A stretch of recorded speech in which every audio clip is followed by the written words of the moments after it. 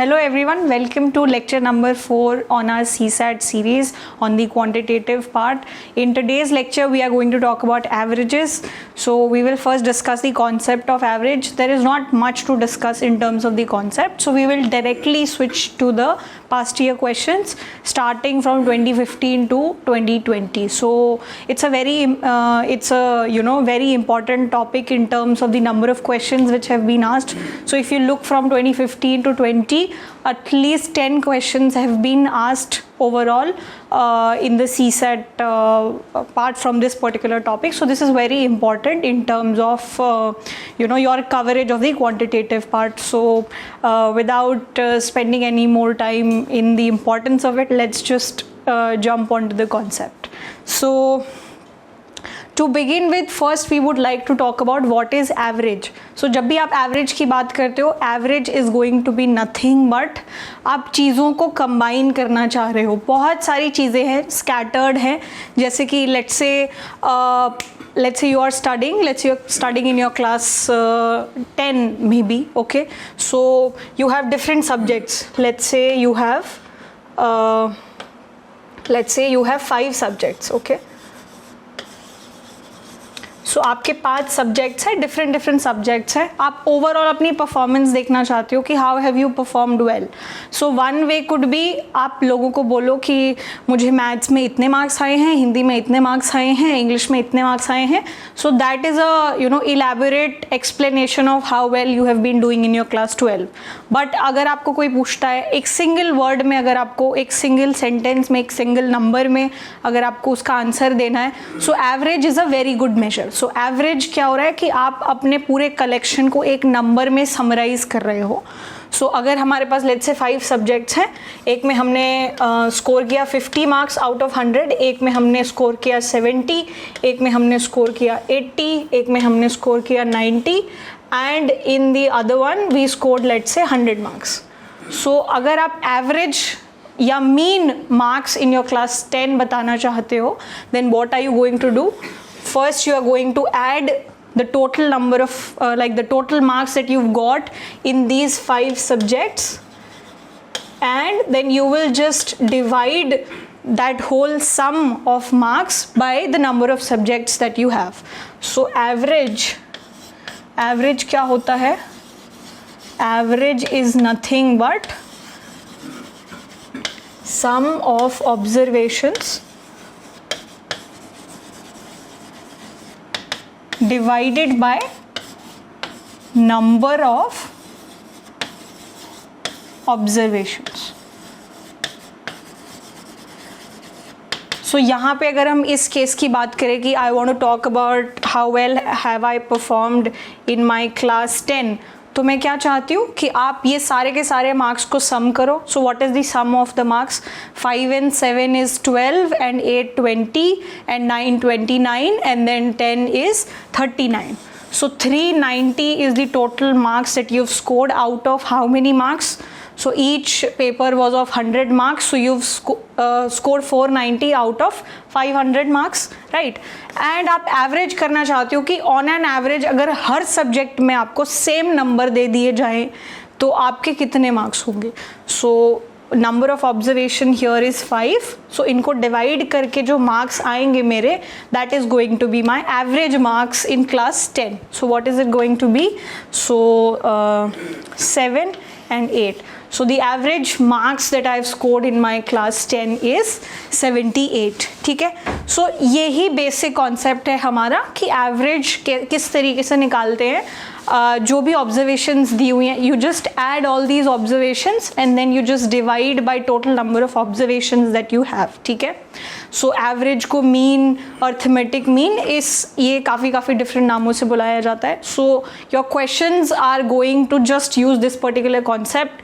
सो जिस पॉइंट पे you have to be careful is read the statement. जो भी स्टेटमेंट लिखी हुई है उसको अच्छे से आपने पढ़ना है और just write down whatever is written and just use this simple concept. इसी कॉन्सेप्ट को घुमा फिरा के अलग अलग तरीक़ों से आपसे पूछ लिया जाएगा.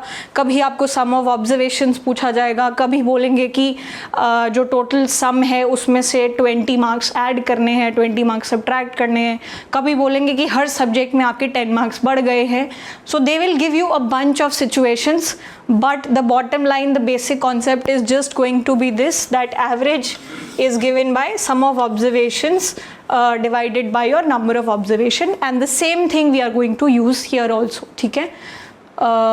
Okay, so a related concept, अगर हम एवरेज की बात करें तो काफ़ी क्वेश्चन स्पीड रिलेटेड भी आते हैं. सो अगर आपको एवरेज स्पीड निकालने बोला जाए, so average speed again is nothing but what is the total distance that you've traveled. So total distance would be like sum of observation, sum of different distances that you've covered. So sum of observation divided by number of observation.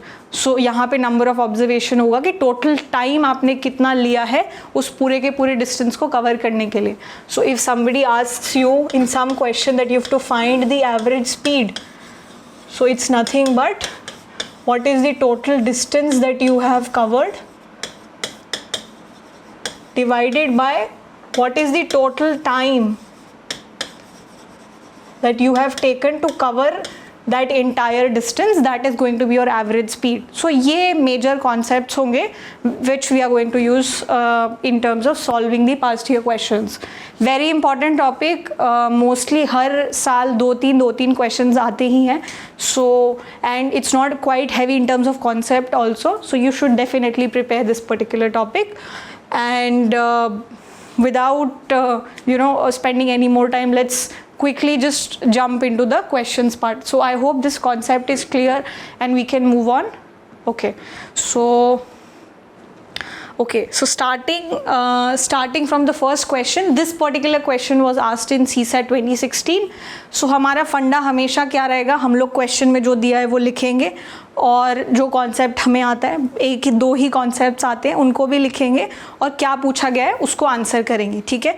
So let us just start by writing what is given to us. So let me begin by doing that.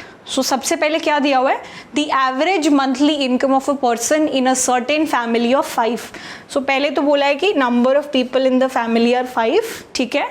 Average monthly income of a person is 10,000 rupees. So average income is 10,000 rupees. Average income of what? Average income of a family which has 5 members. So number of members in the family is nothing but 5. ठीक है?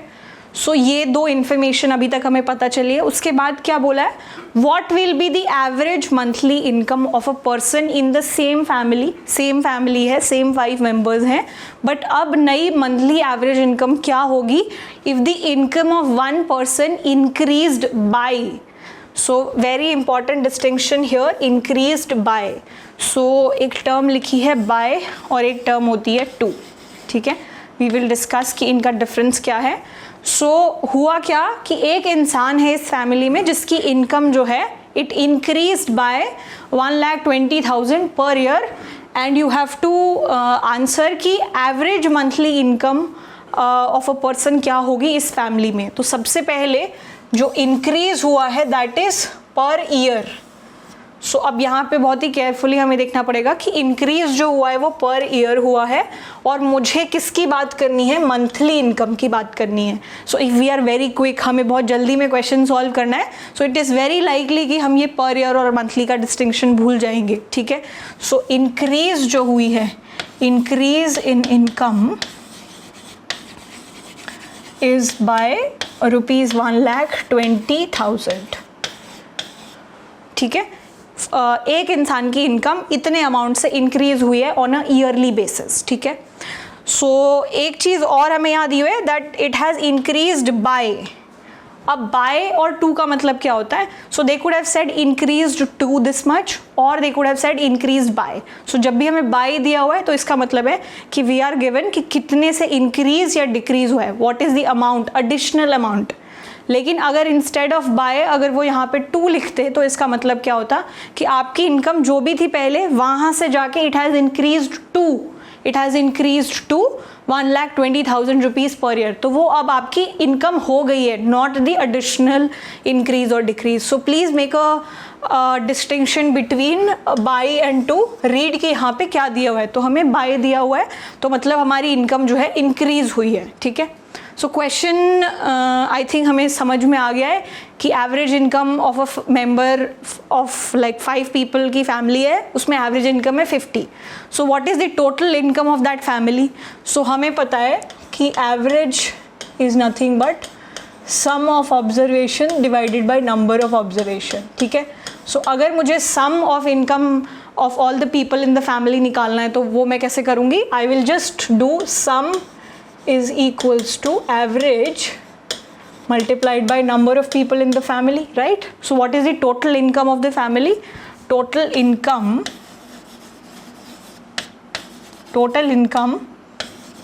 in the previous case was what? 5 people and the average income is 10,000, right?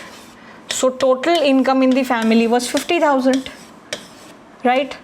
So पहले total income in the family was 50,000. अब क्या situation हुई है, अब उस family में एक इंसान की जो इनकम है 1,20,000 पर ईयर के अमाउंट से बढ़ गई है. ठीक है. तो हमें तो we are only interested in monthly value. तो मैं ये जानना चाहती हूँ कि उसकी मंथली इनकम कितनी इंक्रीज़ हुई है. मंथली इनकम इंक्रीज़ करने के लिए कितनी हुई है वो मुझे क्या करना पड़ेगा भाई. जो टोटल इंक्रीज़ हुआ है उसको अगर मैं 12 मंथ से डिवाइड कर दूँ then I will know what is the increment for a month, right. So if I want to see how much it has increased, then I will see कि if I divide it by 12, I will get what? 1,0,0,0. So income has increased by 10,000 rupees per month. ठीक है. This is per month. ठीक है. सो पहले family की total income 50,000 थी, but अब with the additional change अब फैमिली की इनकम मंथली टोटल इनकम कितनी हो गई 60,000. ठीक है. 60,000 हो गई है. ठीक है. अब मैं अगर एवरेज इनकम निकालना चाहूँ इस फैमिली की, तो this is the sum of total income of that family and what is the number of members in the family. It is 5. So if I divide these two numbers, I will know what is the average income of this family. So average income is nothing but 60,000 divided by 5, which is nothing but 12,000.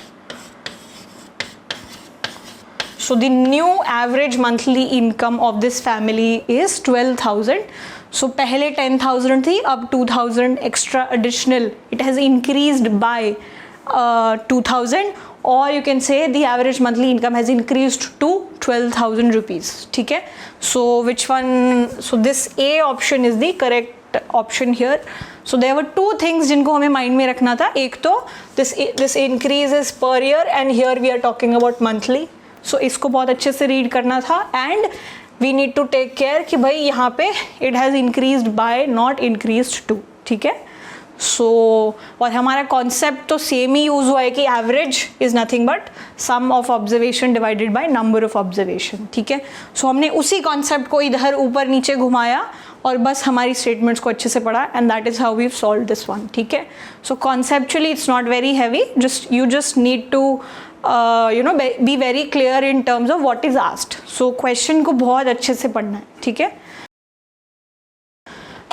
This particular question was asked in CSAT 2017. Let us write whatever we know and then see how should we proceed about it. So the average rainfall in a city for first 4 days was recorded to be 0.4 inches. So पहले 4 दिन 1, 2, 3, 4 पहले 4 दिन में average rainfall कितनी हुई है city में, that is given by 0.4 inches. Okay. 0.4 inches. उसके बाद क्या बोला है, the rainfall on the last 2 days was in the ratio 4:3. सो पहले 4 दिन बताया हुआ है और आखिरी के 2 दिन जो है रेनफॉल किस रेशियो में हुई है, दैट इज गिवन बाय 4:3. सो अगर सपोज पहले दिन 4 इंच अगर रेनफॉल हुई है तो जो अगला दिन होगा उस दिन 3 इंच रेनफॉल होगी। अगर पहले दिन 2 इंचेस रेनफॉल हुई है तो अगले दिन 1.5 इंचेस रेनफॉल होगी। So the ratio is going to be the same. So if यहाँ पे x रेनफॉल हुई है, सो यहाँ पे लेट्स से यहाँ पे अगर 4x रेनफॉल हुई है तो यहाँ पे 3x रेनफॉल होगी। ठीक है, this is how the ratio of rainfall is going to be for the last 2 days. ठीक है, और क्या दिया हुआ है, the average of 6 days was 0.6 inches. ठीक है, सो जैसे यहाँ पे फर्स्ट 4 डेज है, उसी तरीके से अगर मैं फर्स्ट 6 डेज की बात करूँ, फर्स्ट 6 डेज, सो 1 2 3 4 5 6 डेज का एवरेज रेनफॉल की अगर मैं बात करूँ, so that is 0.5 inches, that is 0.5 inches. So अब मुझे क्या बताना है, what was the rainfall on the 5th day? So 5th day जो है, this 5th day how much was the rainfall? कितनी बारिश 5th day पे जाके हुई थी। ठीक है, सो मुझे पहले 4 डेज़ की एवरेज रेनफॉल पता है, मुझे लास्ट 2 डेज़ में रेनफॉल किस रेशियो में हुई है वो पता है। I know the ratio in which the rainfall has happened between 5th day and 6th day. I also know कि average rainfall, how much average rainfall has happened in the 6 days, that is 0.5 inches.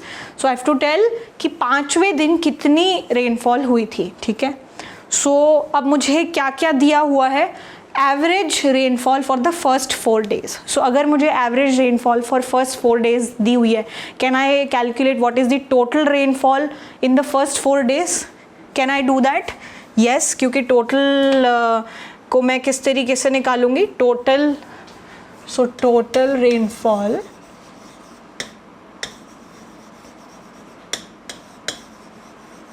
In 4 days. अगर मुझे average rainfall निकालनी होती तो average would have been total rainfall divided by number of days. So if I have to find total rainfall, वो क्या होगा, average rainfall कितनी हुई, average rainfall was 0.4 inches and what is the number of days, 4। So what is the total rainfall in the first 4 days, 4 times 4 1.6। So पहले 4 दिन 1.6 inches जो है बारिश हुई। ठीक है, उसके बाद मुझे और क्या दिया हुआ है, मुझे दिया हुआ है कि अगर टोटल 6 डेज़ का मैं एवरेज रेनफॉल निकालूँ, that is 0.5 inches. So I can also find what has been the total rainfall in a span of 6 days. Total rainfall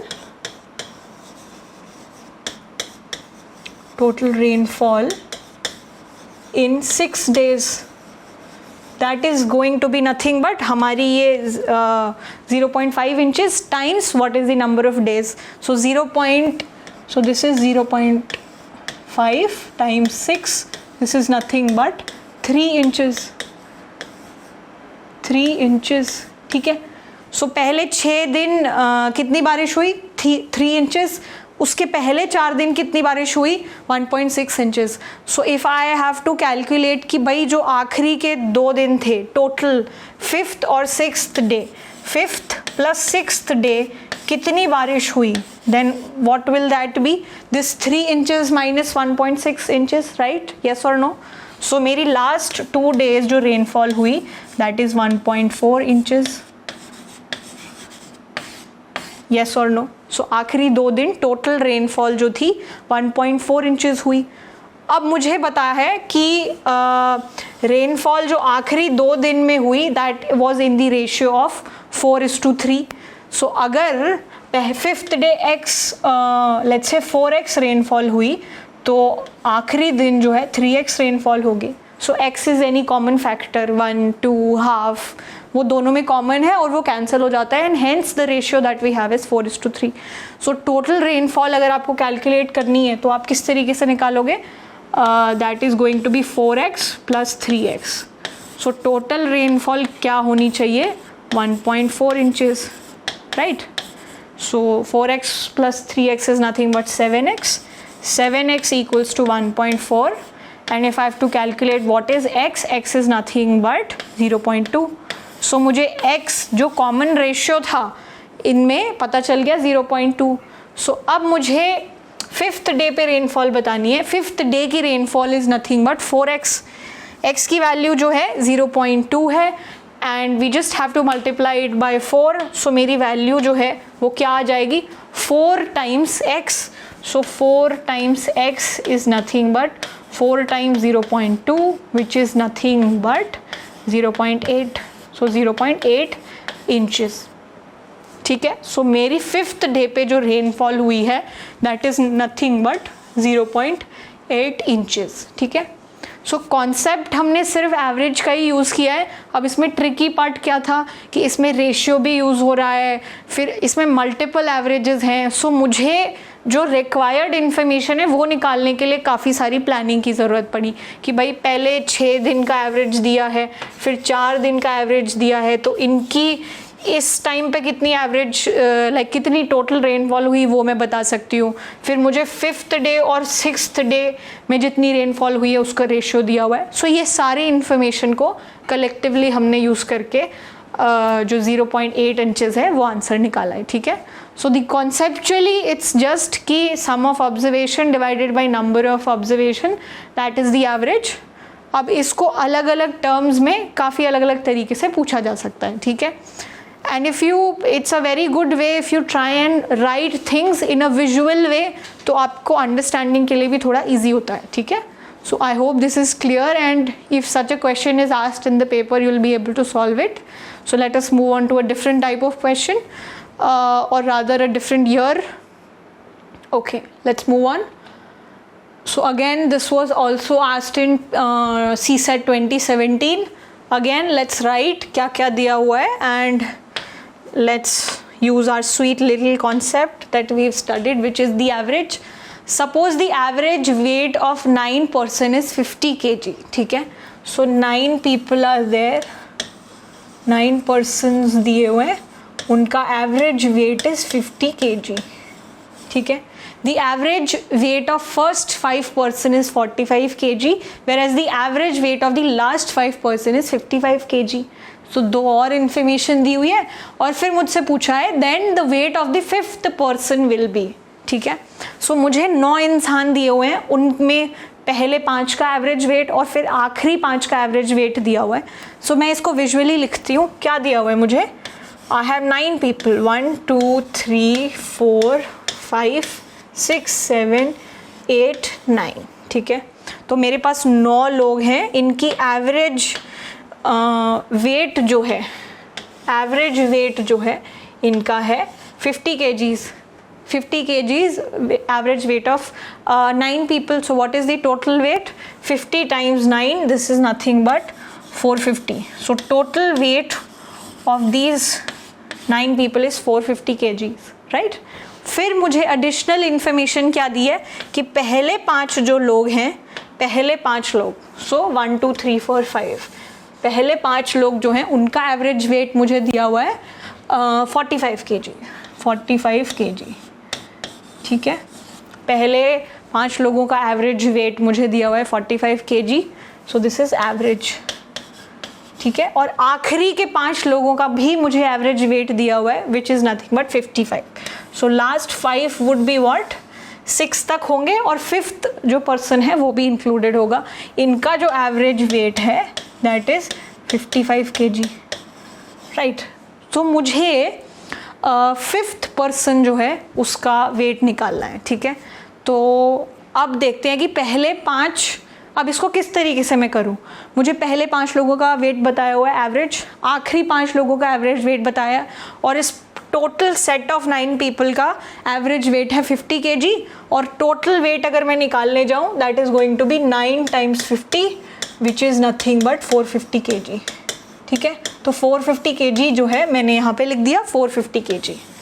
ठीक है, अब मैं पहले 5 लोगों का अगर टोटल वेट निकालूँ तो what is that going to be, average times the number of people. So 45 times 5, 45 times 5, 45 times 5 is nothing but 5, 2 and 22, 225 kg, right. ठीक है, आखिरी तो पहले 5 लोगों का टोटल वेट हो गया 225 kg. ठीक है, अब मैं आखिरी के 5 लोग हैं उनका टोटल वेट अगर निकालूं सो what is that, 55 times 5, what is this, 25, 5 2, 25, 27, 275 kg। सो आखिरी के 5 लोगों का टोटल वेट होगा 275 kg। ठीक है, अब मुझे ये जो 5th पर्सन है इसका वेट क्या है ये निकालना है। ठीक है, तो अब एक बात देखो कि अगर मैं 225 और 275 को ऐड करूं तो उसका क्या मतलब है कि मैं 1, 2, 3, 4, 5 प्लस 5, 6, 7, 8, 9, तो what am I doing, I am adding from 1 से लेके 9, बीच में 5 भी आ रहा है और मैं एक बार और 5 को ऐड कर रही हूँ। येस और no, right. And I know कि ये जो 9 लोग हैं इनका टोटल वेट क्या है, इनका टोटल वेट है 450 kg। सो अगर मैं इन दोनों को सम करके इस 450 में से सब्ट्रैक्ट कर दूँ then I will have what is my required quantity. Yes और नो, ठीक है। So that is exactly what we are going to do. So हमने क्या करना है, 225 kgs प्लस 275 kgs, ये मुझे टोटल 1 से लेके 9 लोगों का like 1, 2, 3, 4, 5, 6, 7, 8 and 9 this bundle plus एक बार दोबारा से 5। सो इसको मैं अगर सब्ट्रैक्ट कर देती हूँ टोटल 1 से लेके 9 तक के लोगों के वेट का which is 450। So what is this, 400 and then 500। So 500 kgs minus 450 kg, this is nothing but 50 kg। So मेरा जो 5th पर्सन है उसका वेट जो है 50 kg है। क्यों, मैंने देखा इसका एवरेज दिया हुआ है, इसका एवरेज दिया हुआ है। So sum of these peoples weight and then sum of these peoples weight, इसमें 5th जो पर्सन है उसका वेट जो है 2 बार ऐड हो रहा है। सो टोटल वेट अगर सब्ट्रैक्ट कर दे 450 इनके वेट और इनके वेट को ऐड करके, तो जो रिमेनिंग वेट होगा that will be the weight of the 5th person. ठीक है, और वही हमने किया है and that is how we found our answer which is nothing but option C, that the weight of the 5th person will be 50 kg। ठीक है, so this is clear. So visually, pictorially representation is easier in terms of strategizing कि कैसे मैं question में आगे proceed करूँ। ठीक है, so I hope this is clear and in terms of concept again average sum by number। ठीक है, चलो let's move on। Okay, so all right, so this question was asked in CSET 2018। this was a little bit of a pictorial paper, बहुत सारे questions visual, काफ़ी सारे diagrams थे, पूरा का पूरा पेपर काफ़ी मेजरली इसी तरीके से प्रेजेंटेड था। तो हमारे जो एवरेज का क्वेश्चन जो है वो भी डायग्रामेटिक ही है। ठीक है, सो अब इस डायग्राम को समझते हैं, क्या क्या दिया हुआ है, क्या क्या समझ आ सकता है, देखते हैं। ठीक है, average hourly earning per year E of workers in a firm are represented in the figure A and B। So I have two figures, figure A and figure B। मेरे पास 2 फिगर्स हैं और ये फिगर में मुझे क्या दिया हुआ है कि average hourly earning per year of workers in a firm. So hourly earning कितनी है of the workers in a firm, वो किस तरीके से based on different years it is varying, वो हमें बताया हुआ है कि average hourly earning of workers जो है वो किस तरीके से ओवर द टाइम चेंज हुई है, ये हमें दिया हुआ है। So on the x axis you see कि यू हैव ईयर्स कि 2013 में कितनी थी, 14 में कितनी थी, 15 में थी। तो ओवर टाइम जो आवरली अर्निंग है, एवरेज आवरली अर्निंग किस तरीके से जो है प्रोग्रेस कर रही है। ठीक है, सो ये 2 डायग्राम्स हैं, दोनों में ही हमें average hourly earning per year का डेटा जो है ओवर टाइम रिप्रेजेंट किया हुआ है। ठीक है, सो 2 मिनट जो है एक बारी डायग्राम्स को देखते हैं। ठीक है, सो दोनों की एक्स एक्सिस में यहाँ पे जो है ईयर दिया हुआ है और यहाँ पे भी जो है ईयर दिया हुआ है और दोनों के ही वाई एक्सिस में ई है which is the average hourly earning per year. ठीक है, चलो तो मेरी वाई एक्सिस और एक्स एक्सिस दोनों ही केसेस में सेम है। तो ये तो सबसे पहले हमने इस्टेब्लिश कर लिया कि एक्स एक्सिस भी सेम चीज़ मेजर कर रही है और वाई एक्सिस भी सेम चीज़ मेजर कर रही है। ठीक है, अब एक बारी ऑप्शंस पढ़ते हैं कि भाई हमें किस वे में इस डायग्राम को समझना है।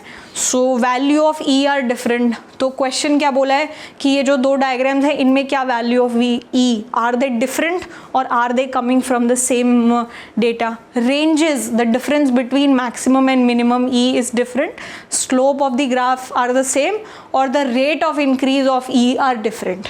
सो बेसिकली ऑप्शंस पढ़ के मुझे क्या समझ में आ रहा है कि मुझे ये देखना है कि क्या ये दो डायग्राम्स हैं मोर और लेस सिमिलर है या ये अलग अलग डेटा को रिप्रेजेंट कर रहे हैं, ठीक है।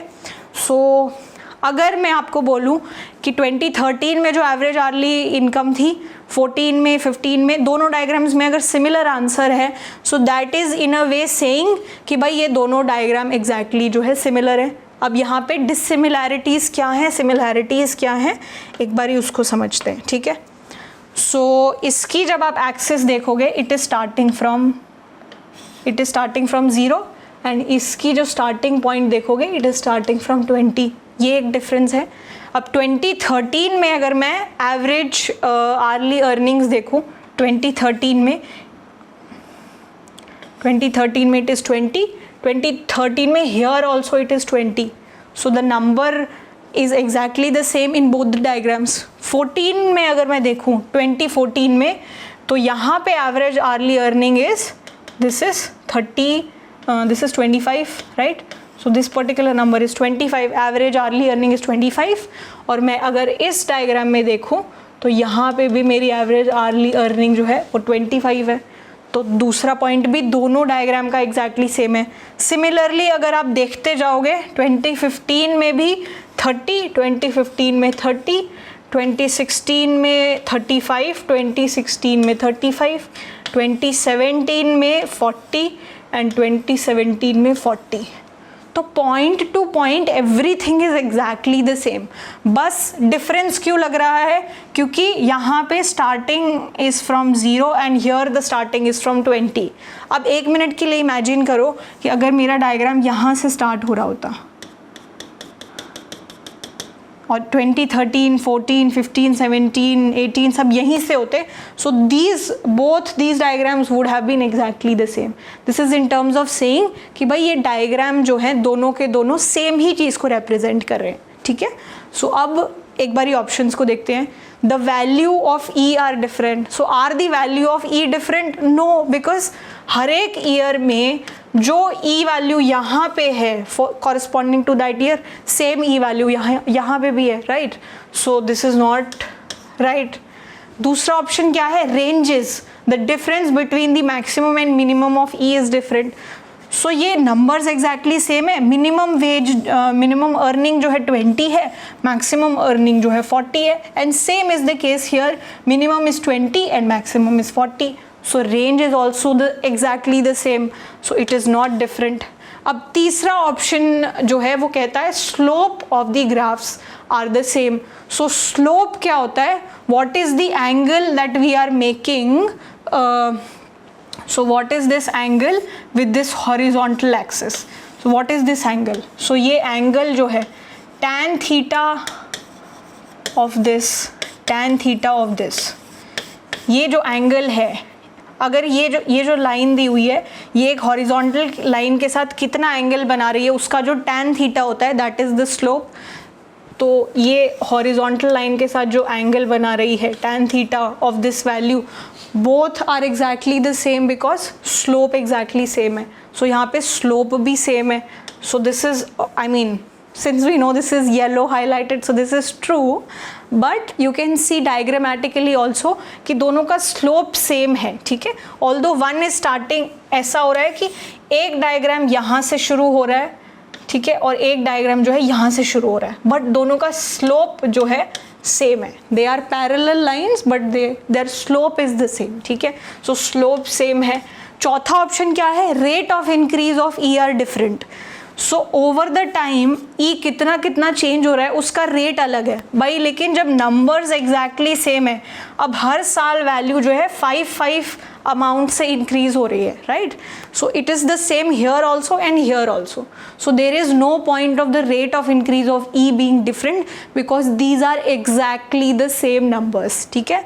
सो असेंशियली हो क्या रहा है, ये जो दोनों ग्राफ है, these are exactly the same. The only difference that is arising दिखने में is because इसका जो origin है 0 से start हुआ है और इसका origin 20 से start हुआ है, ठीक है. Rest everything is the same. So the correct option here is that their slope are the same. The rate of increase is same, range is also the same, value of E is also the same because these numbers are exactly the same, ठीक है. So this is how we should analyze it. So quickly you can just see कि slope exactly same है, बाकी everything else is the same, ठीक है. So I hope this is clear. All right. So although we've picked up all the points from this question, there is one clarification that we wanted to make कि slope होती क्या है. Slope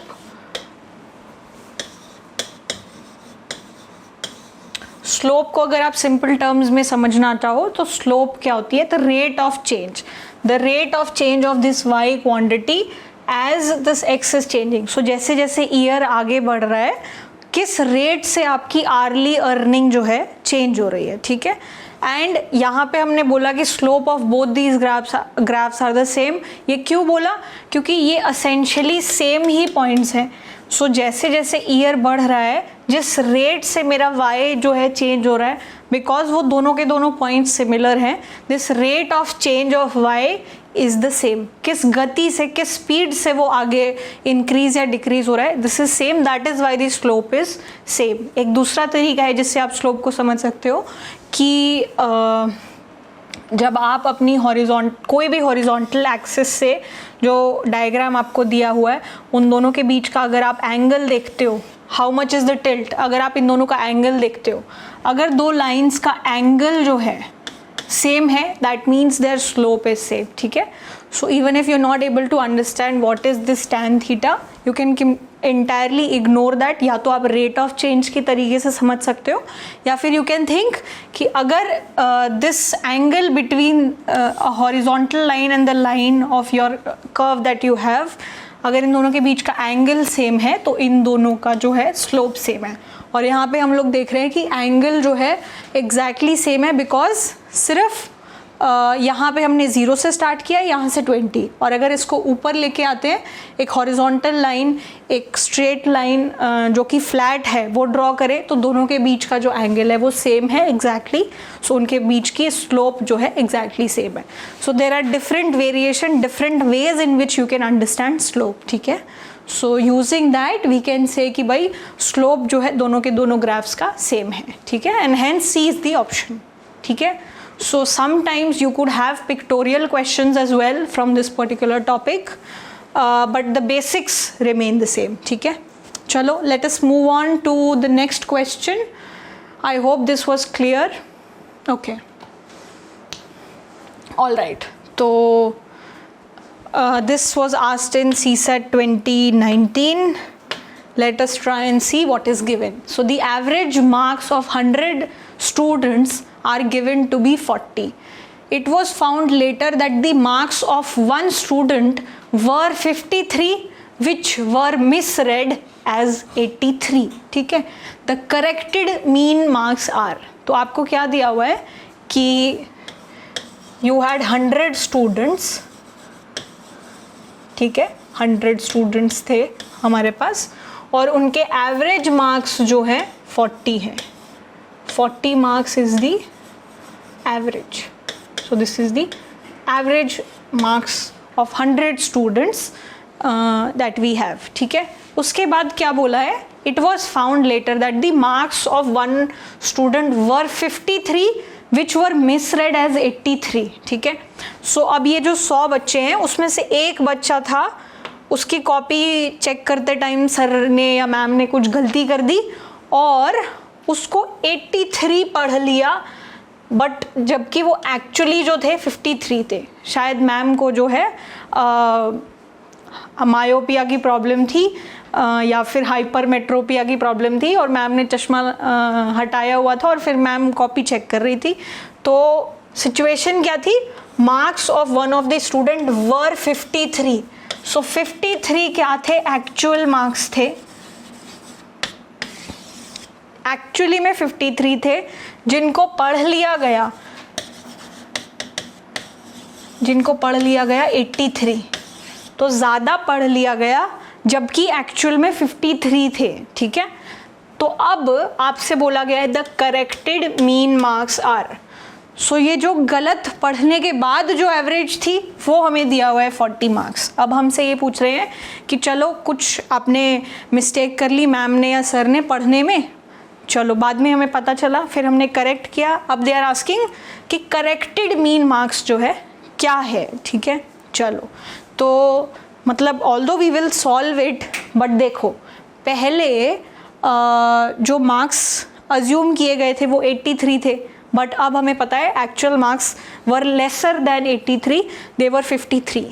तो average जो है will it go up और will it go down? What is the most likely case कि आपने एक्चुअली अभी यहाँ पे बोला कि आपका एवरेज 50 है, ठीक है, और 50 के एवरेज आपका 40 है, 40 के कॉरस्पॉन्डिंग एक सम ऑफ मार्क्स होगा।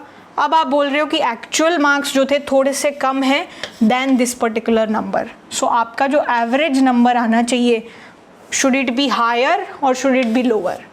So because your actual marks are a little lower than what you assumed them to be, तो जो अब आपकी average value आएगी that is definitely going to be lesser, ठीक है। So हम clearly देख सकते हैं कि ये तो आंसर नहीं हो सकता क्योंकि मेरी average value of marks बढ़ नहीं सकती, 40 भी नहीं रह सकता क्योंकि total marks जो हैं कम हो गए हैं, they have not increased. So the first like the last two cannot be the answer. So clearly आप इस तरीके से भी इसको रिजेक्ट कर सकते हो। So अब प्रॉपर कैलकुलेशन वाइज किस तरीके से करेंगे वो देखते हैं, ठीक है। चलो तो फिर अब मेरे पास क्या दिया हुआ है, मुझे पता है कि 100 students 40 marks, what is the total number of marks? Total marks is nothing but average multiplied by total number of observation. Number of student is 100. Total average marks here is 40. So total marks of 100 student was actually 4000 marks. ठीक है, ठीक है।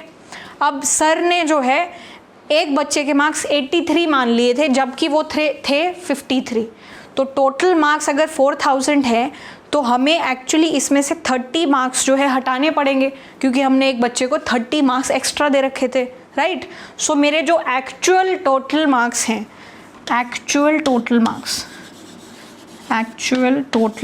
Marks what is that कि ये 4000 में से I will reduce 30 marks, right. So what is this number? This number is nothing but 3970, right.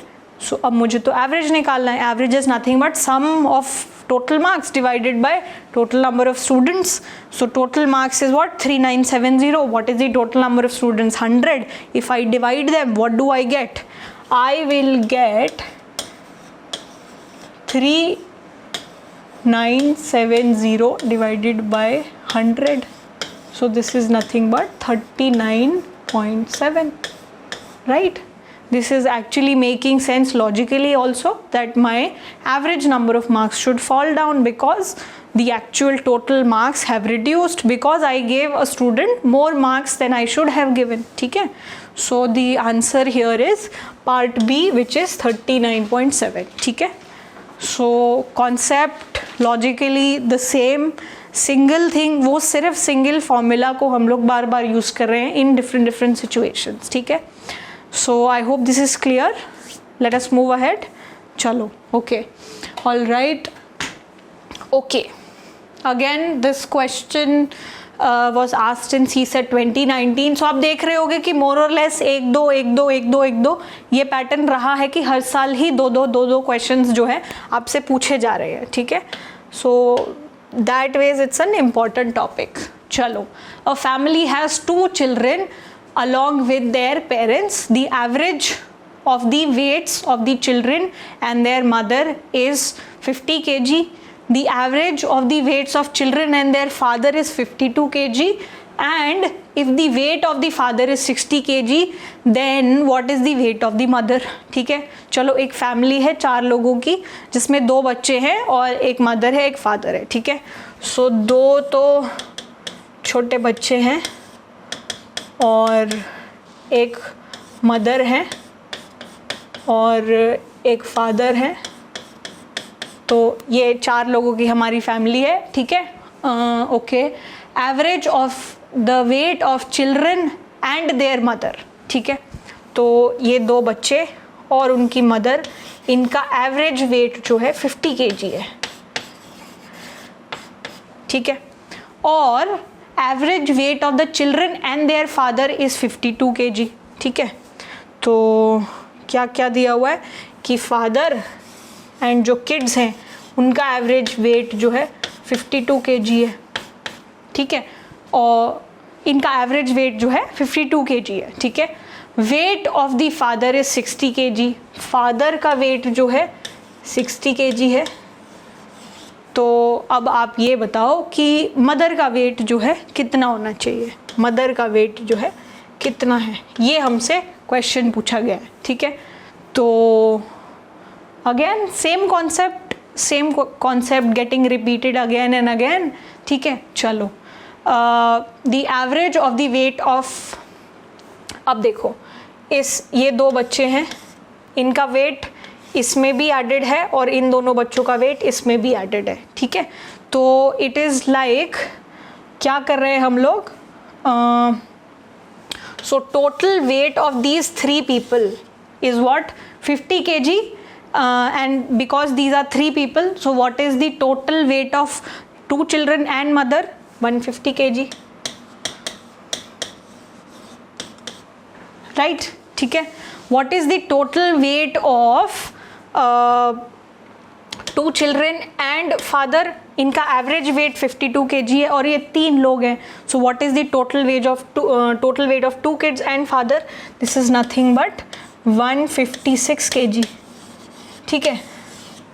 तो अब मुझे इससे क्लियरली देखूं तो दोनों बच्चे तो सेम ही है, ठीक है, लेकिन इस तरफ का पलड़ा थोड़ा भारी है।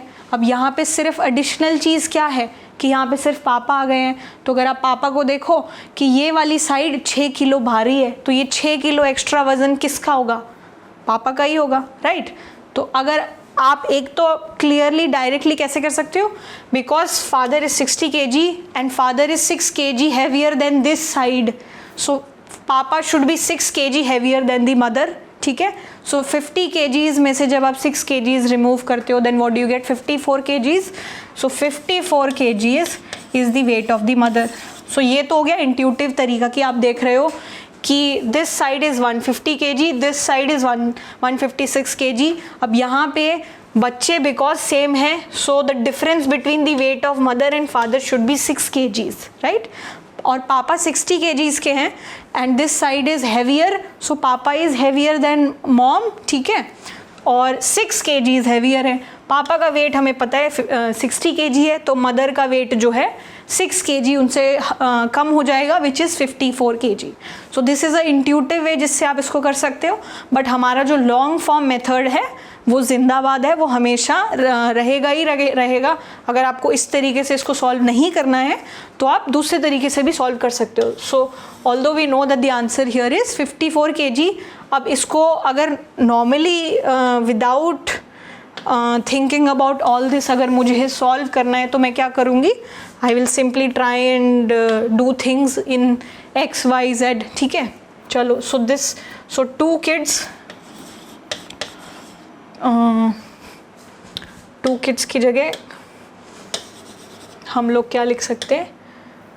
Okay, so children 1 plus children 2 plus पापा, इनका जो सम है वेट का 156 kg है। Children 1 plus children 2 plus mother, उनका जो वेट है what is that? 150 kg। पापा's weight is 60 kg, so what is the value of C1 plus C2? C1 plus C2 is 156 minus 60, which is nothing but 94 kgs. 90, 56, 4. So this is 60, right? 96 kgs, okay. So C1 plus C2 is 96 kgs. 96 kg C1 plus C2 की value मुझे पता चल गई। तो mother का wait क्या होगा 150 minus 96 kgs, right, which is nothing but 54 kgs, ठीक है। सो अगर आपको इस तरीके से नहीं करना है तो आप ट्रेडिशनल तरीका जो है उसको भी अपना सकते हो, and our answer is going to be 54 kgs, ठीक है। बट लॉजिकली मतलब you don't even need to do that much calculation. You can just see the father is heavier 6 kgs, father is 60 kgs, so mother is 54 kgs. Okay, chalo. So I hope this is clear, and let's go on to do some more questions like these. Okay, all right. So now we've come to 2020, almost towards the completion. Chalo, ठीक है. All right. Okay, सारे questions almost similar तरीके के हैं, but situations अलग अलग हो जाएंगी, एंड कुछ में कम इन्फॉर्मेशन होगी, कुछ में ज़्यादा इन्फॉर्मेशन होगी, कुछ को आप डायरेक्टली भी कर सकते हो, कुछ के लिए आपको ट्रेडिशनली XYZ ABC इस तरीके से करना पड़ेगा। चलो, so the average age of a teacher and 3 students is 20 years, and if all the 3 students are of the same age, and ठीक है, if all the 3 students are of same age and the difference between the age of teacher and each student is 20 years, then what is the age of teacher? ये तो काफ़ी सारे conditions दिए हुए हैं, तो देखते हैं। So I have a teacher, okay, and I have 3 students. So 3 students I have, उन सब का जो एवरेज एज है that is 20 years. So 20 years जो है एवरेज एज है. सो 1 स्टूडेंट, 3 स्टूडेंट्स एंड 1 टीचर, ये 4 लोग हमें इस कॉन्टेक्स्ट में दिए हुए हैं और उनकी एवरेज एज जो है 20 years है, ठीक है. If all the 3 students are of the same age, ठीक है, सो सारे स्टूडेंट्स जो है they are like say they have the same age. So एक की एज अगर S है तो दूसरे की भी S है और तीसरे की भी S है, ठीक है. सो 3S जो है उनकी टोटल सम ऑफ एजेस हो जाएगी 3S प्लस T, ठीक है. सो ये जो 3 स्टूडेंट्स हैं they are of the same age, ठीक है, and the difference between the age of the teacher and each student is 20 years, ठीक है. सो मुझे T माइनस S जो है कि टीचर की एज और एक स्टूडेंट की age, the difference between that is 20 years, ठीक है. 20 years जो है मुझे दिया हुआ है.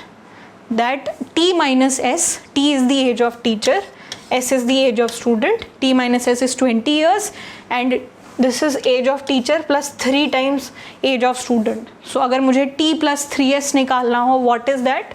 So total age is nothing but the average age times number of people. So average age is 20. What is the number of people? 3 students, 1 teacher. So this is this expression, this is this expression. चलो, तो अभी तो मैंने सिर्फ expression लिखे हैं कि क्या क्या दिया हुआ है. फिर मुझे क्या पूछा है? Then what is the age of teacher? So I have to tell what is the value of T. अब ये T जो है इसकी वैल्यू क्या है, ठीक है. तो अब मैं क्या कर सकती हूँ? आई कैन सिंपली, अगर मैं क्या करूँ, ठीक है, अगर मैं ये वाली जो मेरी इक्वेशन है उसको 3 से मल्टीप्लाई कर दूँ दोनों साइड, तो मैं क्या कर सकती हूँ?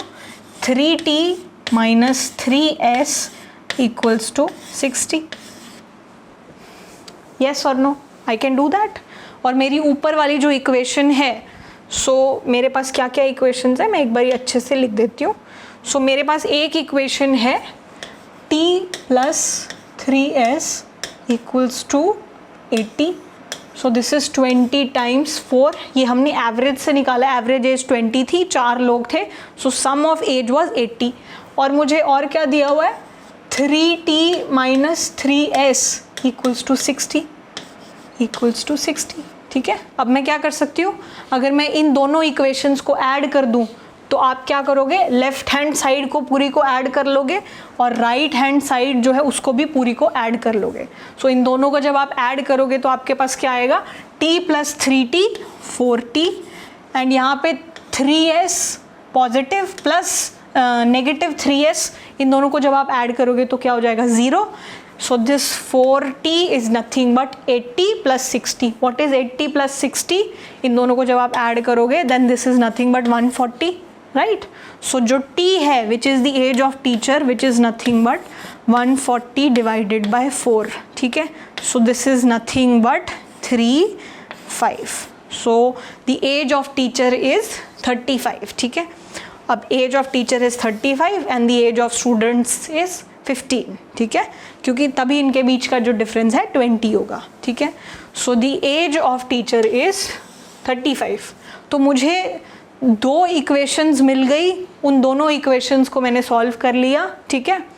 और इस इक्वेशन की वैल्यू जो है मैंने एवरेज का कॉन्सेप्ट लगा के यूज़ कर लिया. ठीक है. So that is how we are going to solve this particular question. जो लिखा था उसको बस इक्वेशन फॉर्म में लिखा और इक्वेशन को सॉल्व कर दिया. That is all that we have done here. ठीक है. So I hope this is clear and we can move on to the later parts, later questions.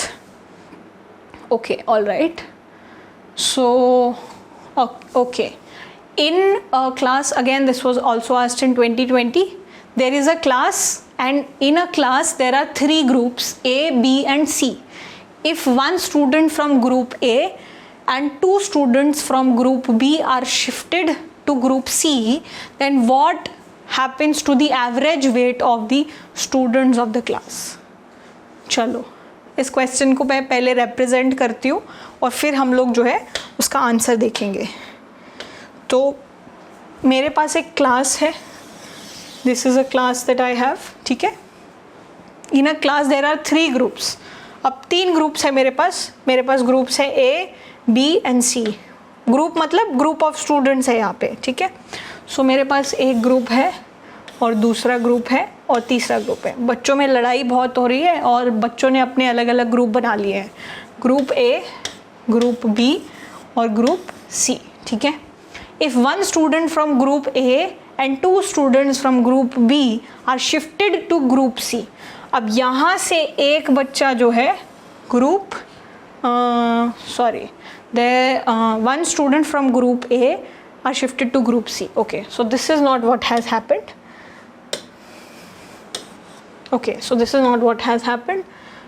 अब हुआ क्या है, ग्रुप A से एक बच्चा ग्रुप C में चला गया है और ग्रुप B से 2 बच्चे जो है ग्रुप C में चले गए हैं. इस तरीके से मूवमेंट हुई है. ठीक है. Then what happens to the average weight of the students of the class. सबसे पहले तो what is the average weight of students of the class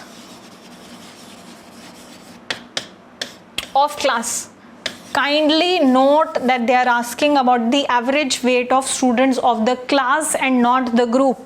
ठीक है. if they would have been talking about group तब हम लोग सोचते कि भाई मेरे ग्रुप में ज़्यादा लोग आ रहे हैं कि कम लोग आ रहे हैं कि किधर मूवमेंट हो रही है. ठीक है. But they are talking about the average weight of this whole class. So groups में आपस में शफलिंग होने से ऐसा तो नहीं है कि मेरी क्लास में नंबर ऑफ स्टूडेंट्स कम हो रहे हैं. जितने पहले मान लो 100 स्टूडेंट्स थे अभी भी 100 ही हैं. बट चलो पहले ग्रुप ए में ज़्यादा बच्चे थे, एक बच्चा कम हो गया और ग्रुप में से 2 बच्चे जो है कम हो गए. सो यहाँ पे ज़्यादा बच्चे आ गए और यहाँ पे थोड़े कम हो गए, यहाँ पे थोड़े कम हो गए. बट ऐसा तो नहीं है ना कि क्लास में बच्चे बदल गए. क्लास में पहले जितने बच्चे थे उतने ही हैं. सबका जो है वेट उतना ही है. इस मूवमेंट से उनका वेट चेंज नहीं हुआ. Number of student also remained the same. ठीक है. तो एवरेज वेट की अगर मैं बात करूँ, average weight is sum of weight of all the kids divided by total number of kid. So this activity has changed nothing, neither the sum of weights nor the number of students in the class. So because of this, will there be any change in the weight, the average weight of students in the class? No. Why? Because class के अंदर ना तो wait बदला है ना ही बच्चे बदले. Group के डायनामिक्स बदल गए. एक ग्रुप में कम बच्चे, एक ग्रुप में ज़्यादा बच्चे हैं. ठीक है. So if instead of class they would have asked about group, then my answer might have been different. But here the average weight of the students in the class remains the same because the class is the same. The students are the same, the number of students are also the same. ठीक है. So the average weight of students in the class exactly remains the same as it was before shifting and after shifting. ठीक है. So ये जो class word है इस पे आपको काफ़ी फोकस करना है। अगर आप हरी में रश में पढ़ोगे देन यू माइट थिंक कि इधर उधर मूवमेंट हो रही है, तो शायद जो है एवरेज वेट चेंज हुआ हो, ठीक है। So please be careful in terms of reading this particular part. So the average weight of students in the class remains the same, ठीक है। सो all right, I think we are almost towards the end. Let us do this particular question. Similar question, similar pattern, similar concept. Average score of a batsman after his 50th inning was 46.4. ठीक है, एक batsman है, उनकी 50th inning हुई, उसके बाद उनका average जो है स्कोर निकाला गया, ठीक है। सो 50th इनिंग के बाद उनको बताया गया कि भाई आपका जो एवरेज स्कोर है, आप एक बैट्समैन हैं, आपने 50 इनिंग्स खेली, आपकी 50 इनिंग्स का एवरेज जो स्कोर है दैट इज़ 46.4 रन्स एवरेज। इसका मतलब क्या है कि अगर हर एक इनिंग में 46.5, 46.5, 46.5 रन्स लेते तो भी जो है एवरेज 46.5 ही आता। चलो ठीक है, तो 50th इनिंग के बाद एवरेज रन्स आर 46.4। और क्या इन्फॉर्मेशन दी हुई है, after 60th inning his average score increases by 2.6, ठीक है। तो 50 इनिंग्स हो गई, 50 इनिंग के बाद इन्होंने 10 इनिंग्स और खेले, ठीक है। 10 इनिंग्स खेलने के बाद क्या हुआ, 60th इनिंग के बाद जो है हमें क्या बताया गया, उनका जो एवरेज स्कोर है इट इंक्रीजेज बाय, ठीक है, इंपॉर्टेंट, इंक्रीजेज बाय। सो पहले जितना भी था उसमें एडिशनल जो इंक्रीज हुआ दैट वाज 2.6, ठीक है। सो पहले एवरेज 46.4 था, अब average score has increased bye 2.6। So what is the average score here, 46.4 तो पहले ही था। What is the increase amount, increase amount is 2.6। So the average score of that batsman after 60th inning is nothing but 49 runs, 49 runs, ठीक है। तो what was his average score in the last 10 innings? तो अब ये जानना चाह रहे हैं कि भाई ये इन्होंने जो आखिरी 10 इनिंग्स खेली हैं, आखिरी 10 मैचेस जो उन्होंने बैटिंग की है उसमें उन्होंने ऑन एन एवरेज कितने स्कोर्स जो है रन किए। So I think by now we are pretty much confident in terms of how we can do it, ठीक है। तो मुझे लास्ट 10 इनिंग्स में जो इन्होंने किया है अगर उसका एवरेज निकालना है तो व्हाट डू आई नीड कि इन्होंने 10 इनिंग्स में, ये जो 10 इनिंग्स में है टोटल रन कितने बनाए, बस मुझे अगर वो पता चल जाए then I am done, because I know match कितने खेले 10, टोटल नंबर ऑफ रन्स अगर पता चल जाए तो total run divided by 10 that will be the average score in the last 10 innings, ठीक है। अब मुझे टोटल नंबर ऑफ रन्स कैसे पता चलेंगे, that is also very simple. 50 match खेले, एवरेज स्कोर ये था, तो इसमें टोटल रन्स कितने बने, 50 times 46.4, right. So 50 times 46.4 is the total runs that batsman scored in the 50 innings that he played। और 60 मैचेस में उन्होंने टोटल रन्स कितने स्कोर किए, दैट इज 60 टाइम्स 49, राइट।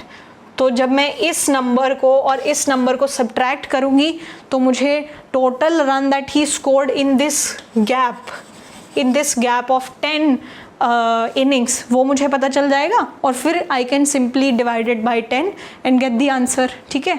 तो चलो let's do this calculation, let us see what is the value that we are getting. So what is 60 times 49?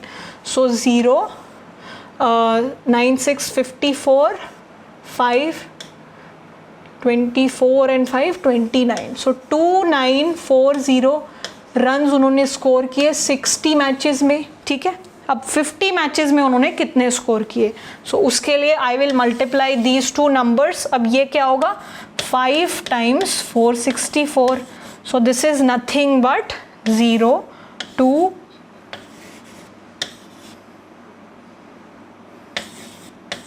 So this is 2-3-2-0. So 60 matches में उन्होंने 2940 run score किए, 50 matches में उन्होंने 2320 जो है run score किए. सो अब ये एडिशनल, जब हम 50 से 60 पे गए, एडिशनल जो है उन्होंने रन कितने स्कोर किए? 620. सो 620 is the total runs that he made in the last 10 innings. So 620 is the total number of runs that batsman has made in the last 10 innings, and because we know that the total number of innings is 10, so what is the average score that he has made in the last 10 innings? That is nothing but 62. So 62 was the average number of runs that he scored in each match. वो average number है कि हर एक match में अगर वो 62 खेलते तो भी हमारा जो है यही पूरा सेटअप बैठता. ठीक है. So 62 is the average score in the last 10 innings of this particular batsman. ठीक है. So all right, so I hope you enjoyed the questions and you were able to do the questions. This is more or less the types of questions that you can expect from the topic averages. It's an important topic, so please do not forget. So there are some topics which you might skip in case you have lack of time, but this is definitely not one of those topics, so kindly practice accordingly, and I will see you in the next lecture. Till then, keep practicing. Thank you so much.